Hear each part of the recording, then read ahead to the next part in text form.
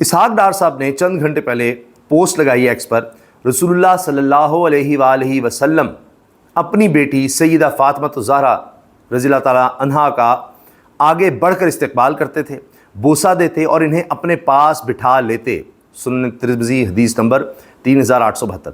وہ حوالہ بھی دے رہے ہیں۔ تو اب جب انہوں نے یہ کہا، یعنی اس موقع پر وہ نبی کریم صلی اللہ علیہ وآلہ وسلم کے اسوہ حسنہ سے لے کر آ رہے ہیں کہ وہ سیدہ فاطمہ الزہرا سے کس طرح پیار کرتے تھے، کس طرح شفقت فرماتے تھے۔ اب لوگ کیا کہہ رہے ہیں، اچھا آپ یہ بتانا چاہ رہے ہیں کہ آپ کی بیٹی مشکل میں ہے، تو اب یعنی اس کا بیٹا سارا پکڑا گیا ہے اور یہ سارا کچھ ہوا ہے، تو اپنی بیٹی سے محبت کے اظہار کے لیے اب اس میں مانی تو ہر کوئی لے گا کہ ابھی آپ نے یہ حدیث کس طرح سے کوٹ کی،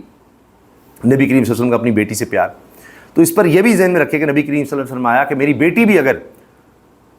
کچھ غلط کرتی، جرم کرتی، تو اس کو بھی سزا دی جاتی۔ میں مفہوم بیان کر رہا ہوں۔ تو اب یہ لوگ کہہ رہے ہیں کہ آپ نے اس وقت یہ کیوں کہا، کیوں اسحاق ڈار صاحب نے کہا، یعنی پہلی دفعہ انہوں نے خاموشی توڑی ہے براہ راست اور کچھ ایسی بات کی ہے کہ جس سے اب آگے تو اپنے مطلب اخذ کیے جا سکتے ہیں کہ یہی حدیث کیوں بیٹی کے حوالے سے۔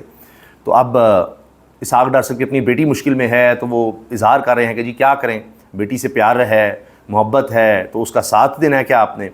وہ اس وقت مشکل میں ہے، کس طرح اس کو نکالیں، اس کا بیٹا پکڑا گیا ہے۔ اگرچہ نون لیگ کے سپورٹرز، ان کے صحافی یہ کہہ رہے ہیں کہ جی بالکل اس میں انصاف ہوگا، لیکن ساتھ ساتھ بہت سے جو قریبی ہیں وہ کہہ رہے ہیں کہ جی اس میں تو اس کا قصور ہی نہیں ہے۔ یہاں پر ڈی آئی جی سے سوال پوچھا جا رہا ہے کہ جی کیا وہ اس میں ملوث ہے، کیونکہ اس طرح کی باتیں کی جا رہی ہیں کچھ نون لیگ صحافیوں کی طرف سے کہ وہ تو خود اس میں وکٹم ہے، تو کیا ہے؟ تو ایف آئی آر میں خواتین کہہ رہی ہیں کہ وہ پلے کر رہا تھا، وہ اس طرح سے دکھا رہا تھا کہ ہم دونوں کے ساتھ اس کو بھی اغوا کیا گیا ہے، تو وہ یہ صرف دکھاوا کر رہا تھا۔ تو ہماری انویسٹیگیشن ہوگی، میں پتہ لگے گا۔ بظاہر یہی لگ رہا ہے، جو خواتین کہہ رہی ہیں ہمیں تو اسی کی طرف چلنا ہے، ہم اس پہ چلتے ہوئے آگے تفتیش کریں گے کہ جی یہ سب ڈرامہ تھا، وہ اس میں ملوث ہے۔ تو ہم دیکھیں گے، کیونکہ خواتین کو وہی لے کر جا رہا تھا، سارا کچھ تھا، ان کے ساتھ تھا، یہ سب چیزیں۔ اب تاریخ ہمیں بتاتی ہے کہ آپ جتنا مرضی کر لیں، جتنا مرضی میڈیا پر زور لگا لیں، پہلے بھی کیسز بنے ہوئے ہیں، مختلف نوعیت کے ہوں گے، مالٹن سانے سے لے کر 14 لوگ اس میں مارے گئے تھے، اور بے شمار کیسز ہیں، بہت سے ہیں۔ یہ بات بھی ہوئی کہ جی ایکسٹرا جوڈیشل مرڈر ہوتے رہے ہیں جب شہباز شریف صاحب وزیر اعلیٰ تھے، بہت کچھ، پھر منی لانڈرنگ سے لے کر پاناما کیس آپ دیکھیے، زمینوں کے کیس دیکھیں، فیکٹریوں کے کیس دیکھیں، کک بیکس کے بہت سے کیسز بنے، لیکن ابھی بھی اگر آپ دیکھیے تو وہ اقتدار میں ہیں، سارے کیسز کہیں نہ کہیں وہ ختم ہو جاتے ہیں۔ تو کہتے ہیں کہ جی پولیس بڑا لگی ہوئی ہے، ہم یہ کر دیں گے، وہ کر دیں گے، جس کا کوئی کردار ہے اس میں۔ اب اسحاق ڈار صاحب کی اگر آپ یہ پوسٹ بھی دیکھ لیں، دیگر جس طرح سے نون لیگ کے صحافی بات کر رہے ہیں اس سے بھی آپ اندازہ لگا لیں، پھر جیو پر یہ خبر چل گئی، دیگر جگہوں پر کہ جی ڈار فیملی یہ کہہ رہی ہے کہ یہ سب میڈیا ٹرائل یا ہو رہا ہے، یا ہمیں ایسے ہی اس میں نشانہ بنایا جا رہا ہے، گھسیٹا جا رہا ہے۔ تو وہ اب اس وقت ڈیفینسو پر ہیں اور ڈیفینڈ کر بھی رہے ہیں۔ لگتا یہی ہے اگر ان کی حکومت رہی، ظاہر ہے مشکل میں ہے، کوئی شک نہیں ہے، لیکن اگر یہی حکومت رہتی ہے اور کچھ عرصہ کنٹینیو کرتی ہے تو وہ چند مہینوں میں یہ چیزیں مینیج کر لیں گے، جیسے بھی کریں، چاہے اس میں جناب جو بھی کہا جائے، اسٹیٹمنٹ جیسی بھی ہوں۔ رضا ڈار نے سوچا ہوگا خواتین کو پاکستان بلا کر ان سے پیسے نکلوائے جائیں، معاملہ مس ہینڈل ہوا، واقعہ نان ایشو ہے، جان بوجھ کر اسحاق ڈار تک لایا جا رہا ہے، رانا ثناء اللہ کہہ رہے ہیں۔ تو رانا ثناء اللہ بھی اسحاق ڈار صاحب کو ڈیفینڈ کر رہے ہیں، اور آپ اسی سے اندازہ لگا لیجئے کہ جب رانا ثناء اللہ یہ کہہ رہے ہیں کہ جی اسحاق ڈار صاحب کا اس سے لینا دینا نہیں ہے، تو پھر بات تو آگے جائے گی نا۔ جب اسحاق ڈار صاحب کو حکومتی سطح پر بچایا جائے گا کہ ان کا کوئی لینا دینا نہیں ہے، تو پھر اسحاق ڈار صاحب کہہ رہے ہیں کہ بیٹی کے بارے میں، تو چیزیں کلیئر ہو جائیں گی۔ اور ہماری تاریخ تو یہ رہی ہے کہ کیسز اسی طرح سے بنا تو دیے جاتے ہیں، اور جب آپ نے کسی کو بعض اوقات چھوڑنا بھی ہو تو بڑا دکھائیں گے سختی اس پر، یہ کر دیں گے، وہ کر دیں گے، فلاں کر دیں گے، نہیں چھوڑیں گے،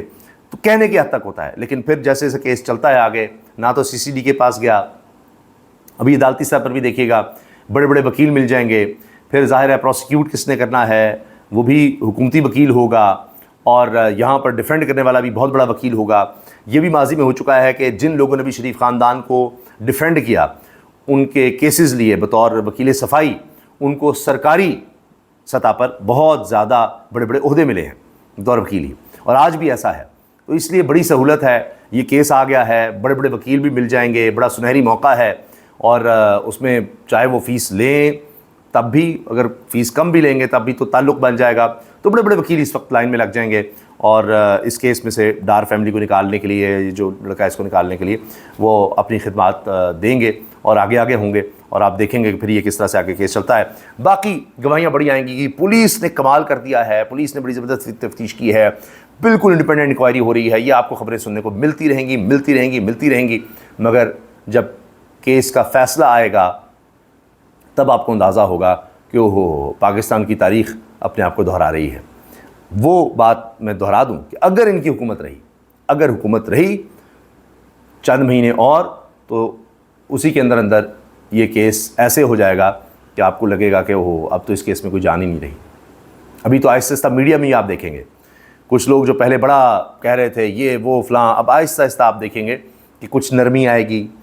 چینلز میں بھی آپ دیکھیں گے، اور طریقوں سے بھی دیکھیں گے، تو آہستہ آہستہ اس چیز کو دبا دیا جائے گا. ابھی ہر طرف شور ہوگا کہ جی بڑا انصاف اور یہ سب کچھ. تو دیکھیے کیا ہوتا ہے. اب استعفیٰ ڈی آئی جی صاحب سے مانگ لیا گیا ہے، آتا ہے تب بھی، نہیں آتا تب بھی. تو یہ ڈی آئی جی صاحب پر تو تلوار لٹک رہی ہے، جس طرح سے مجسٹریٹ یا جوڈیشری کھڑی ہو گئی، وہاں سے لگا، پھر کچھ نہ کچھ اس میں مس ہینڈل ہوا، پھر اس میں پولیٹیکل اینگل، جیسی بھی وہ تفتیش کر لیں. مجھے یہ لگتا ہے کہ کچھ نہ کچھ ایسا رکھ دیا جائے گا جو ہمیں پتہ بھی نہیں لگے گا، عام یعنی پاکستانی کو نظر بھی نہیں آئے گا کہ اچھا ہو کیس میں تو یہ ایسے ہو گیا. یہ تو پتہ ہی نہیں تھا کہ اس وجہ سے بھی کیس کمزور پڑ سکتا ہے، اور کہا جائے گا ہم نے تو بڑی بہترین تفتیش کی تھی، آگے یہ ہو گیا وہ ہو گیا. تو اگر یقین نہیں آتا تو آپ ویسے ہی ہمارا کنوکشن ریٹ دیکھ لیں، کتنے لوگوں کو سزا ہوتی ہے، اور اسی وجہ سے پھر سی سی ڈی بنائی گئی تھی. جب سی سی ڈی سے لے کر ادھر دے دیا گیا، اس کا تو کرنا ہی کچھ نہیں، فیصلہ کام کرنا نہیں، سی سی ڈی کا کچھ نہیں، ہم اس کیس کو دیکھیں گے. جب وہ دیکھیں گے تو پھر دیکھی جائے گی. اللہ حافظ.